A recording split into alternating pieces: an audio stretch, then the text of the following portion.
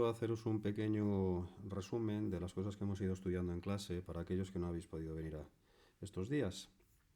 El tema número 6 es el que tiene que ver con el metabolismo y es un tema que vais a ampliar en segundo de bachillerato, pero en la asignatura de anatomía, como veis, ya se introduce y ya vamos a ir contando algún tipo de reacción bioquímica que sucede en el interior de la célula para luego comprender mejor lo que sucede en cada órgano. Bueno, el metabolismo celular pone aquí que está constituido por reacciones químicas catalizadas por enzimas. Como ya sabéis, existen dos vías dentro del metabolismo. Lo que denominamos catabolismo, que son procesos oxidativos, es decir, liberan electrones, y procesos anabólicos, que son reacciones de reducción. Bueno, en este primer caso, en el catabolismo, lo que sucede es que obtenemos ATP a partir de ADP. Nosotros tenemos ADP, tenemos fosfato, PI quiere decir fósforo inorgánico, y lo que obtenemos es un fosfato más en la molécula, es decir, un adenosin trifosfato. Luego veremos la molécula y lo entenderemos un poquito mejor. En cuanto al anabolismo, lo que suele suceder en una reacción anabólica es que vamos a demandar energía, y esa energía procede precisamente de esta molécula que hemos obtenido antes en el catabolismo, del ATP. Bueno, las reacciones del metabolismo suelen estar acopladas. Eso quiere decir que lo que sucede en un sentido se aprovecha para las reacciones que van en sentido contrario. Imaginaros que tenemos aquí moléculas complejas reducidas. Aquí yo os recomendaría que revisáis el concepto de reducción y de oxidación, porque es muy importante para esto que estamos estudiando. Pues a través de las reacciones catabólicas lo que obtenemos son moléculas simples oxidadas. En estas reacciones, como veis, el ADP se une al fósforo inorgánico, se transforma en ATP. Este ATP nos va a servir para que moléculas simples y oxidadas se transformen en unidades o en moléculas más complejas y reducidas. Bien, bueno, yo creo que aquí no hay nada nuevo, todas estas cosas ya las hemos explicado en alguna ocasión, pero lo que sí es nuevo es hablar de dos moléculas que son muy especiales. Mirad que aquí vuelven otra vez a insistir sobre los procesos de oxidación y los procesos de reducción. Así que yo le echaría un ojo a esto porque es muy importante. En general se dice que una reacción es de oxidación cuando se pierde hidrógeno o cuando se gana oxígeno. En este caso, fijaros, esta reacción, lo que ha sucedido aquí es que se ha producido una deshidrogenación de la molécula. Tenemos un OH por aquí, pero la molécula, como veis, ha perdido un hidrógeno que sale fuera.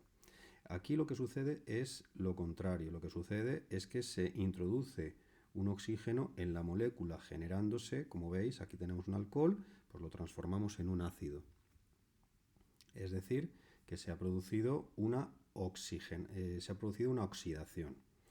Bueno, eso sería el fenómeno de oxidación.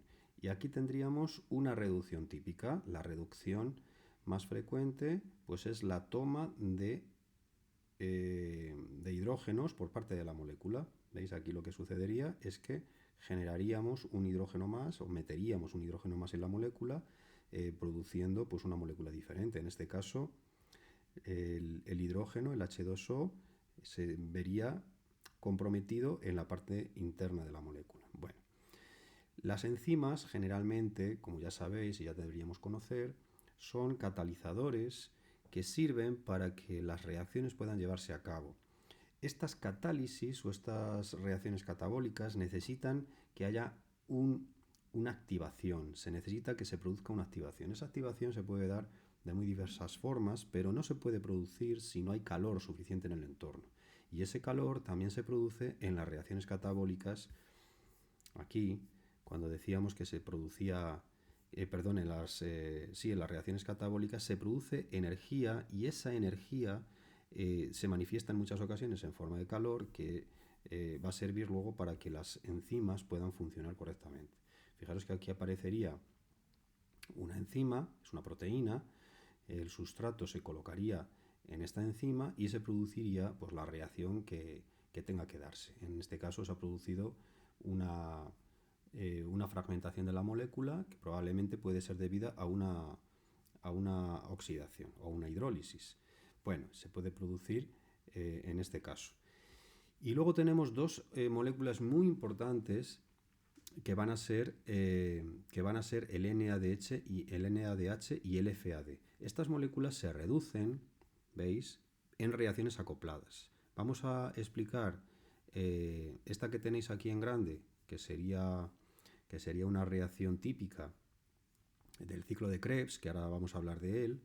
Y bueno, pues aquí tenéis una molécula denominada malato que pasa, ¿veis?, a otra molécula, que es este de aquí, que lo que ha sucedido es que el hidrógeno que tenemos aquí contenido en este carbono, en el carbono número 2, pues pasa aquí, ¿veis? Y este otro hidrógeno pasaría aquí. Es decir, por lo tanto, el NAD se reduce, mientras que la molécula de malato se oxida, es decir, se produce una deshidrogenación.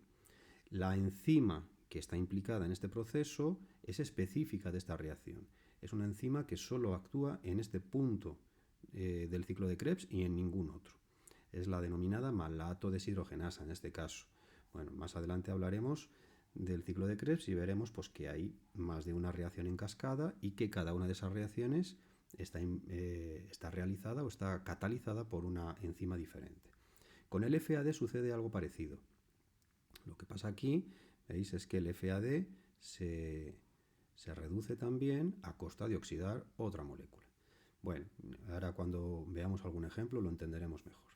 Y esto es en esencia lo que tenemos que conocer sobre las moléculas que se acoplan a diferentes estados, a diferentes estadios de las rutas metabólicas de nuestro metabolismo. Bueno, los fosfágenos más típicos, los que vamos a explicar nosotros este año, pues van a ser el ATP y la fosfocreatina. El ATP ya lo hemos visto, ya sabemos cómo funciona. Se puede dar por muchos motivos, por muchos tipos de reacciones. Bueno, en primer lugar tenemos una fosforilación a nivel de sustrato que se produce acoplada a otra reacción metabólica que libera energía, como sucede, por ejemplo, durante la glucólisis. Por ejemplo, el fosfonol pirúvico, el fosfonol piruvato, se produciría ATP a costa de, ¿veis?, a costa de que este fosfonol piruvato se transforma en piruvato. Y luego tenemos la fosforilación oxidativa que tiene que ver con las moléculas de NADH y FADH2. Nosotros cuando obtenemos NADH y FADH2, estas moléculas lo que van es a una cascada de reacciones que se producen en el interior de las mitocondrias, en la membrana interna de las mitocondrias, y por cada una de estas moléculas lo que obtenemos es ATP. En el caso del NADH, obtendríamos por cada molécula de NADH 3 moléculas de ATP y por cada molécula de FADH2 obtendríamos 2 moléculas de ATP. Eso luego lo veremos en las fotocopias que os he pasado y veréis que es muy sencillo entenderlo. Bueno, en cuanto al ATP, ¿para qué sirve? Pues sirve para sintetizar biomoléculas, sirve para contraer el músculo y para que se muevan los cilios y los flagelos de algunas células. Sirve para que haya un transporte activo de un lado y de otro de la membrana plasmática. Ya sabéis que hay veces que hay sustratos que no pueden entrar o no pueden salir de la célula de manera simple. Entonces necesitamos un aporte de energía que lo ofrece el ATP. Entonces de esa manera podrían viajar a través de la membrana plasmática en contra de gradiente de concentración. Bueno, y también ¿para qué más serviría el ATP? Pues para transmitir impulsos nerviosos. En cuanto a la fosfocreatina también permite producir ATP. Es una molécula fosforilada y por lo tanto, veis, esta creatina se transforma en fosfocreatina a partir de ATP, es decir, le roba un fósforo al ATP para transformarse en fosfocreatina, o al contrario, nosotros podemos transformar la fosfocreatina en creatina en un momento determinado cuando nos interese. A partir del ADP obtendríamos ATP. Esto se produce con mucha frecuencia en el músculo, como más adelante vamos a hablar. Bueno, en cuanto a la estructura del ATP, que sería ya lo último que nos quedaría por ver, pues os dais cuenta de que aquí tenemos una molécula. Todo esto de aquí es una molécula, ¿eh? Todo esto es una molécula. O sea, no son tres moléculas, sino que, ¿veis? Este sería un enlace y este sería otro enlace. Lo que tenemos aquí es una ribosa, aquí tenemos una adenina y aquí tenemos tres grupos fosfato. O sea que, como veis, se parece mucho a los nucleótidos del ADN, ¿eh? Bueno, pero en este caso, en lugar de tener un solo fósforo, pues tenemos tres. Y cuando se liberan estos fósforos, pues liberan. Cuando se rompen estos enlaces, lo que pasa es que se libera energía. Y hemos dicho que esa energía pues sirve para acoplar lo que ocurre en otras reacciones o bien para calentar el medio para que no se enfríe el entorno y el resto de las reacciones bioquímicas puedan seguir produciéndose. Bueno, también os recomiendo que veáis esto de que es una hidrólisis, por si acaso tenéis dudas, que probablemente nos haga falta en algún momento. Bueno, pues eso en cuanto a lo más básico que os piden y que necesitamos saber para comprender lo que viene a continuación. Y ahora lo que vamos a trabajar es cómo se sintetiza este ATP. Y este ATP se sintetiza mediante distintas rutas metabólicas que yo os las he resumido en unas fotocopias, las fotocopias estas que os he pasado, pero que en el libro también las tenéis. Aunque a mi modo de ver están un poquito más liosas, pero bueno, pero básicamente es lo mismo. ¿Cómo obtenemos ATP? Pues el ATP se obtiene mediante distintos procesos. Primero, procesos anaeróbicos, es decir, que no necesitan oxígeno. Es a lo que denominamos fermentación láctica.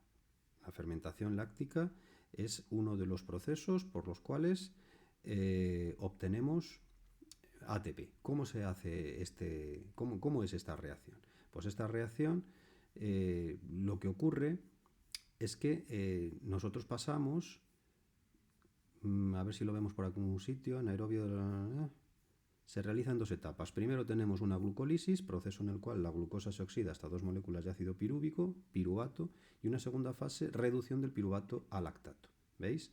Esta sería la primera fase. Es decir, nosotros en la primera fase de la glucólisis sin ningún problema, pero después no gastamos oxígeno en el ciclo de Krebs. Es decir, el pirúvico no entra en la mitocondria. No se produciría un ciclo de Krebs, sino lo que sucede es que se reduce directamente a piruvato obteniéndose ATP. Se obtienen dos moléculas de ATP únicamente, pero es bastante interesante cuando no tenemos un aporte de oxígeno a la célula.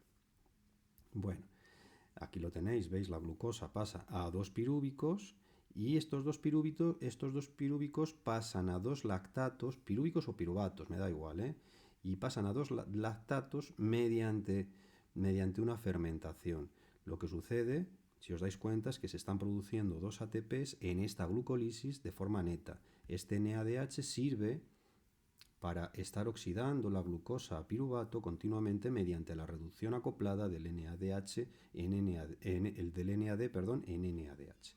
¿De acuerdo? Ese sería el fenómeno de degradación anaeróbica de la glucosa o lo que es lo mismo de la fermentación láctica. Bueno, eso por un lado.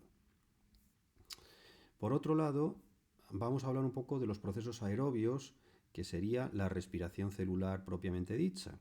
Bueno, y aquí en esta respiración celular lo que vamos a conseguir, en primer lugar, es entrar en el ciclo de Krebs y luego del ciclo de Krebs pasaremos a la cadena de transporte electrónica que la tenéis aquí.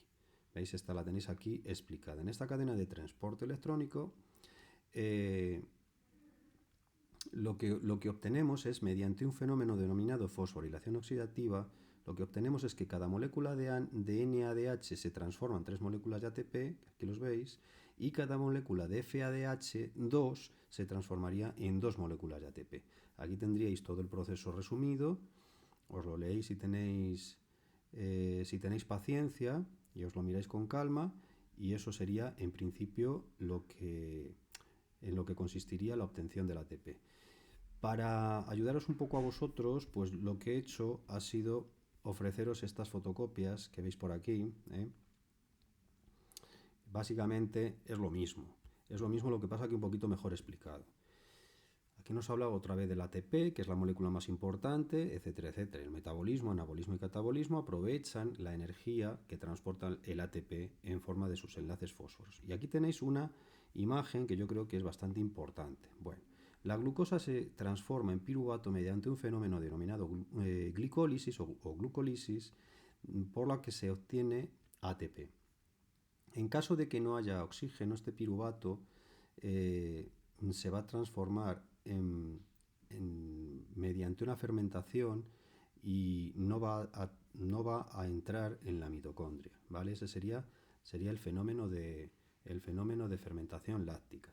Pero si el piruvato entra en la mitocondria, con presencia de oxígeno, lo que obtenemos es que el piruvato se transforma en acetilcoenzima A, el acetilcoenzima A entraría en el denominado ciclo de Krebs, y luego del ciclo de Krebs el NADH y el FADH2 que se obtienen entrarían en la cadena de transporte electrónico, produciéndose nuevamente mayor cantidad de ATP. Y eso es lo que vamos a trabajar en esta tabla. Mirad, aquí se ve mucho más claramente. A ver, si nosotros tenemos aquí la glucólisis, ¿veis? Pues en la glucólisis, en el citosol, en el citoplasma de la célula, lo que obtenemos serían únicamente 2 ATPs y 2 NADHs. Estos 2 ATPs los ponemos aquí en el balance final. Y estos 2 NADHs, como pasan al transporte electrónico, estos sí que pueden atravesar la membrana de la mitocondria y dirigirse hacia la cadena de transporte electrónico, pues lo tenemos que multiplicar por 3, 2 por 3, 6 ATPs. Bueno, depende del rendimiento neto de la célula, aquí vamos a obtener 6 o 4. ¿Por qué decimos esto? Porque en algunas ocasiones estos dos NADH no tienen un rendimiento neto, es decir, no pasan al transporte de electrones, se quedan por ahí pululando y no se transforman en ATP, ¿vale? Entonces por eso lo ponemos así. Le ponemos aquí un asterisco, que es este puntito de ahí, y lo explicamos aquí abajo. Bueno, en cuanto a la respiración que se produce en el interior de la mitocondria, el pirúvico o ácido pirúvico pasa a acetilcoenzima A. Y eso lo que sucede es que, fijaros, obtenemos, como hay dos pirúvicos, porque como de cada glucosa se obtienen 2 acetilcoenzimas, por lo que obtenemos son 2 ácidos pirúvicos. De cada ácido pirúvico obtenemos un NADH, aquí el paso del piruvato a acetilcoenzima A supone la obtención de un NADH que hay que multiplicar por 2 porque en realidad lo que metemos en la célula, lo que metemos en la mitocondria, es 2 ácidos pirúvicos por cada glucólisis. Bueno, pues si lo multiplicamos por 3 en la cadena de transporte electrónico, otros 6 ATPs. Vamos al ciclo de Krebs. En el ciclo de Krebs el rendimiento neto va a ser el siguiente. Un ATP por un lado, 3 NADHs por otro lado y un FADH2 por otro. Como hemos dicho que hay 2 acetilcoenzima A por cada molécula de glucólisis, el ciclo de Krebs en realidad se repite 2 veces, así que hay que multiplicarlo por 2. La conclusión es que el ATP que tenemos aquí lo ponemos aquí, 2 ATPs, ¿veis? 2 por 1, 2. Ahora 2 por 3 serían, pero ojo, porque este hay que multiplicarlo, el 3 hay que multiplicarlo por 3, entonces serían 9, el NADH, 3 por 3, 9, 9 por 2, 18. Y ahora el FAD, 1 por 2, 2, 2 por 2, 4. Y pondríamos aquí los 4 ATPs. Rendimiento total, 38 ATPs. Decimos que a veces es 36 ATPs porque estos NADHs que se producen aquí en el paso de piruvato, en el paso, en este paso de aquí, algunas veces estos NADHs pues no pasan a la cadena de transporte electrónico, es decir, se produce una fermentación en lugar de... entonces por eso hay que tener cuidado. Bueno, serían no 38 sino 36. Aquí tenéis explicado lo que se produciría en la cadena de transporte electrónico por cada NADH o FDH2. Bueno, la respiración y el rendimiento energético la volvemos otra vez a explicar aquí, es lo mismo, es exactamente lo mismo. Ojo, porque aquí hay que multiplicar por 2 debido a que la glucosa en lo que se obtiene son 2 piruvatos, no uno solo. Bueno, ahora a ver si tengo por aquí internet, pues lo que voy a hacer es poneros una imagen para que la veáis ramificada y así nos liemos menos. A ver, me parece que aquí yo creo que esta sería una buena imagen. A ver si la vemos bien. Esperar. Ver imagen. Vale, aquí la vemos bien. Mirar, la glucosa pasa a glucosa 6-fosfato, fructosa 6-fosfato, fructosa 1,6-bifosfato y luego tenemos aquí el gliceraldehído 3-fosfato. ¿Veis que aquí ya se bifurcan dos?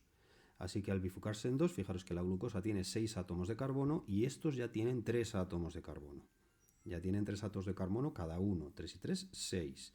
Y es lo que estábamos diciendo aquí, que se obtienen 2 piruvatos por cada glucosa, porque los piruvatos tienen 3 átomos de carbono, ¿vale?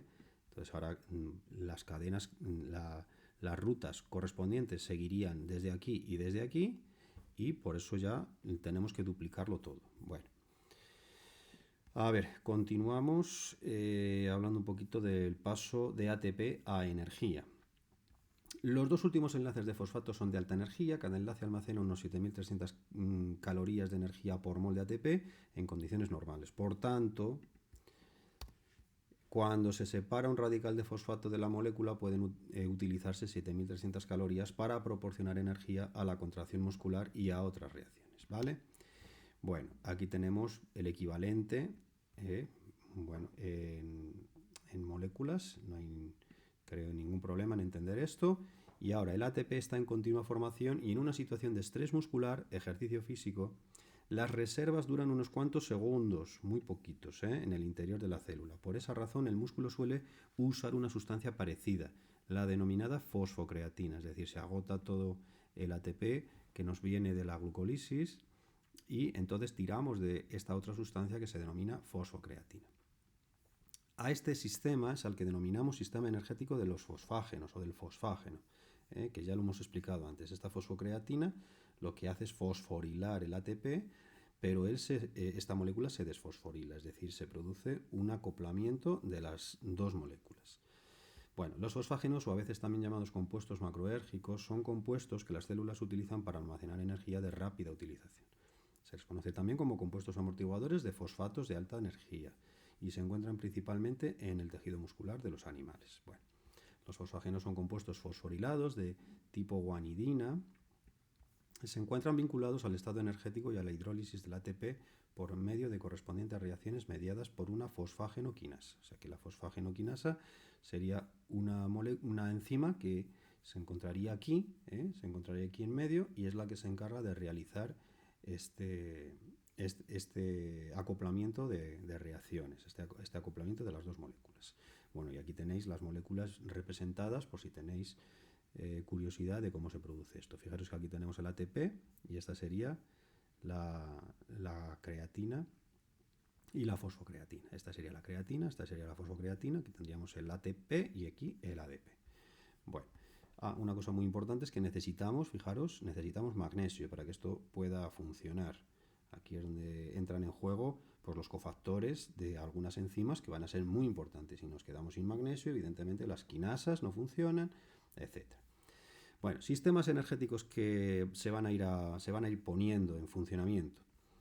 Bueno, aquí vamos a ver que potencia y sistemas energéticos que prevalecen. Vamos a ver.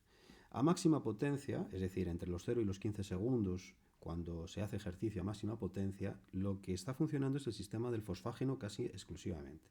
Si estamos trabajando un poquito más de tiempo, 45 segundos, es decir, a una menor potencia, el sistema de fosfágeno ya empieza a generar ácido, el sistema de fosfágeno empieza a funcionar, pero sigue funcionando, pero el sistema de la generación de ácido láctico también. Es decir, que el glucógeno lo que va a hacer es empezar a formar ácido láctico y a formar ATP mediante la fermentación láctica. Bueno, si estamos a su máxima potencia, cuando estamos trabajando entre 45 y 1 minuto y medio, etcétera, pues entonces salta ya nuestro sistema glucógeno ácido láctico principalmente. Serían pues esas carreras explosivas en las que estás trabajando el músculo durante 1 minuto aproximadamente. Bueno, a gran potencia lo que va a pasar es que está funcionando el sistema del glucógeno y del ácido láctico. Y el sistema ya, el que salta más tarde, pues es el sistema aerobio. Es decir, ya empieza a funcionar el ciclo de Krebs. A moderada potencia, este sistema aerobio es el único que va a estar funcionando, porque lo demás ya no funciona. Sería lo último que se pone a funcionar, el sistema aerobio, es decir, la glucólisis con el ciclo de Krebs, la fosforilación oxidativa, etc. A partir de un determinado momento se llega a un equilibrio entre la demanda energética y la contracción muscular, estabilizándose el sistema cardiorrespiratorio y el sistema nervioso vegetativo. Pues es lo que ocurre pues, cuando estás un rato corriendo, ¿no? Y entonces ya pues empieza a estabilizar tu ritmo cardíaco con tu respiración y con tu sistema de generar energía, que en este caso va a ser un sistema aerobio, va a estar entrando oxígeno suficiente a las células. Bueno, aquí tenemos lo mismo, ¿veis? Lo que pasa que he explicado de otra manera. Sistema creatinfosfato, lo primero que empieza a funcionar, hasta los 30 segundos. Sistema del ácido láctico, después entre los 30 segundos y los 5 minutos. Sistema oxidativo, más adelante. La glucólisis, que se empezaría a funcionar a partir del minuto en adelante. Bueno.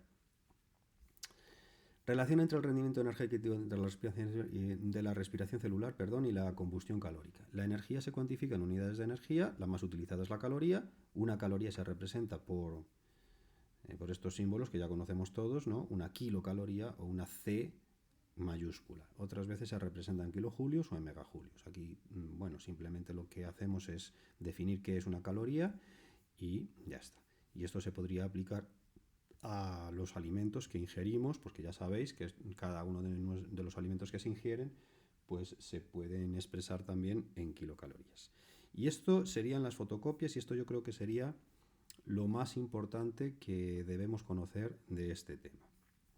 Luego, a continuación, en vuestro libro, a ver si lo pongo bien aquí, en vuestro libro os habla de las necesidades energéticas del cuerpo humano, y esto también es interesante que lo vayáis leyendo y vayáis comprendiendo que pues hay una serie de motivaciones metabólicas, una serie de circunstancias metabólicas que hace que en algunas ocasiones pues la glucosa no sea el único componente necesario para la supervivencia de nuestro metabolismo, sino que en algunas ocasiones se necesitan ácidos grasos, se necesitan triglicéridos que proceden de nuestras reservas para que pueda seguir funcionando nuestro organismo. Bueno, aquí os hablan de las reservas energéticas, pues de dónde procede el glucógeno, de dónde proceden los lípidos que se pondrían o se movilizarían más adelante, y luego tenéis las funciones del hígado en este asunto. El hígado sirve para muchas cosas, pero en cuanto a la generación de energía, bueno, pues también es muy importante. Fijaros que sirve para sintetizar y degradar glucógeno, sirve para sintetizar también ácidos grasos, para sintetizar glucosa a partir de ácido láctico procedente del metabolismo anaerobio, o sea que va a ser muy importante, y sirve también ¿vale? para formar glucosa a partir de metabolitos procedentes de aminoácidos y de otras cosas, ¿no? O sea que el hígado, en caso de que no estemos tomando glucosa del entorno, del medio, a través de los alimentos, pues tiene sus mecanismos también para crear su propia glucosa, a través de las proteínas. Bueno, a través de la degradación de las proteínas. Aquí veis una fotografía donde aparecerían pues estos gránulos de glucógeno muscular, así es como se apreciaría en un microscopio electrónico. Bueno, metabolismo energético y actividad física, esto es lo mismo que hemos explicado antes, lo que pasa que en una gráfica. Fijaros como al principio, hasta los 10 segundos, pues el ATP y fosfocreatina es lo primero que se pone a funcionar. Pero después cae bruscamente ese sistema y empieza a funcionar la degradación anaerobia del glucógeno. Sería esta de aquí en naranja, ¿vale? Degradación anaerobia. La degradación anaerobia, que como veis presenta una meseta bastante continuada en el tiempo, hasta aproximadamente los 2-5 minutos. Y por último, la respiración aerobia, que es la que va a ir poquito a poco aumentando su trabajo hasta que llega un momento en el que se estabiliza y es la única que estaría funcionando, ¿vale? O sea que esta gráfica yo creo que es muy importante para que entendáis bien. De hecho, bueno, pues llega un momento en el que se está produciendo una fatiga muscular, y esa fatiga muscular pues tiene que ver mucho con la acumulación de ácido láctico en las células, que acidifica mucho el medio, y también, bueno, pues consigue que otras funciones metabólicas pues no se estén produciendo. La respiración celular, como veis, pues es el proceso por el que se está produciendo luego esta respiración aerobia, que va a ser la que se va a mantener en el tiempo cuando estamos realizando ejercicio durante un tiempo continuado. Bueno, en cuanto a la fatiga física, pues aquí tenéis los tipos de fatiga que hay: la fatiga muscular local, la general y la crónica, ¿no? Dependiendo un poco de las características de cada deportista y de cada individuo. Aquí tenéis pues que hay una serie de circunstancias también que intrigan bastante, pero que son muy importantes en los deportistas. Es la denominada fatiga central, tiene que ver con nuestro sistema nervioso central, y que eso hace que no puedas continuar realizando ejercicio. Bueno, pues eso os lo leéis.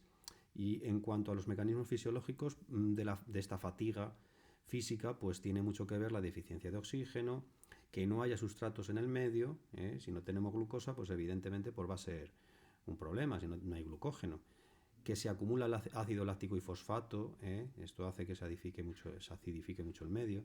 Que se produzca una deshidratación o que haya desequilibrios iónicos. Entonces, claro, las reacciones metabólicas no se pueden producir, porque si no hay agua, esas reacciones no se producen. Y luego que se vaya produciendo una acumulación de amonio en el medio, y eso también va a ser importante. Por eso hay que ir excretando lo más rápidamente posible pues esta urea que se va a ir produciendo en el hígado. Bueno, pues es importante todo eso que hemos dicho. Aquí volvemos otra vez a insistir sobre los mecanismos de recuperación. Fijaros que aquí viene otra vez la degradación del ácido láctico. Esto es lo que denominamos el ciclo de Cori, que es muy importante en la célula hepática. Veis, el ácido láctico lo transformamos en glucosa, muy importante, y esta glucosa entraría otra vez en la célula muscular para darnos ácido láctico a través de los mecanismos que ya conocemos de degradación de glucosa en ácido láctico. O sea que, como vemos, pues es muy importante. Esto es lo que denominamos el ciclo de Cori. Se produce en el hígado y es muy importante para los deportistas comprender bien esto y por qué se produce. Bueno, recuperación del sistema aerobio, pues ya sabemos, ahí se produce una deuda de oxígeno, y entonces nuestro cuerpo, pues claro, pues tiene que descansar y tiene que reponer pues sus metabolitos, sus sustratos, etcétera, etcétera. Todo esto os lo leéis, es lo que hemos ido explicando en clase. Bueno, que tampoco es tan difícil, así que simplemente lo que tenéis que ir viendo. Fijaros que aquí al sueño le dan bastante importancia, a dormir, etc. Bueno, y por último, en la última parte del tema, habla un poco de las adaptaciones al ejercicio físico. Nosotros hemos visto un poco pues en qué consiste la diferencia que hay entre células blancas y células lentas, que llamamos células rápidas y células blancas o rojas, ¿no? Rápidas o lentas, respectivamente. Bueno, pues nada, simplemente se pone de manifiesto, ¿no?, que cada deportista en sus músculos pues presentaría un determinado número de células rápidas o blancas, rápidas o blancas, lentas o rojas, me estoy liando un poquito. Y nada, pues eso es una cuestión genética, pero también que el deportista se haya entrenado en uno u otro sentido. Y luego también pues hay personas que efectivamente pues que tienen una mejor genética, tienen una mejor predisposición para el desempeño de diferentes ejercicios físicos. Bueno, aquí hablamos también pues un poquito de la adrenalina, de los glucocorticoides, de la insulina, del glucagón, de la tiroxina, etcétera. Todo esto os lo leéis, que ya lo hemos explicado en clase cuando vimos el tema de las hormonas. Y por último pues hablamos de las ayudas o dopaje que se producen para aumentar en el deportista su rendimiento. También comentamos un poquito en clase en qué consistía esto de la pájara, que consiste pues eso, simplemente en una pérdida total de trabajo muscular como consecuencia del agotamiento total del glucógeno. Entonces pues ese deportista no puede continuar con su trabajo. Bueno, y por último pues están aquí las fotocopias de las actividades que tenéis que hacer. Entonces pues nada, pues esto es simplemente lo que hemos ido explicando. Son muy sencillas, así que las vais haciendo, y aquí estaría el esquema general que aparece en vuestro libro, que aunque a mí me parece un poco lioso, pero bueno, la verdad es que no tiene nada, es bastante asequible. Si tenéis alguna pregunta, pues nada, me la vais haciendo.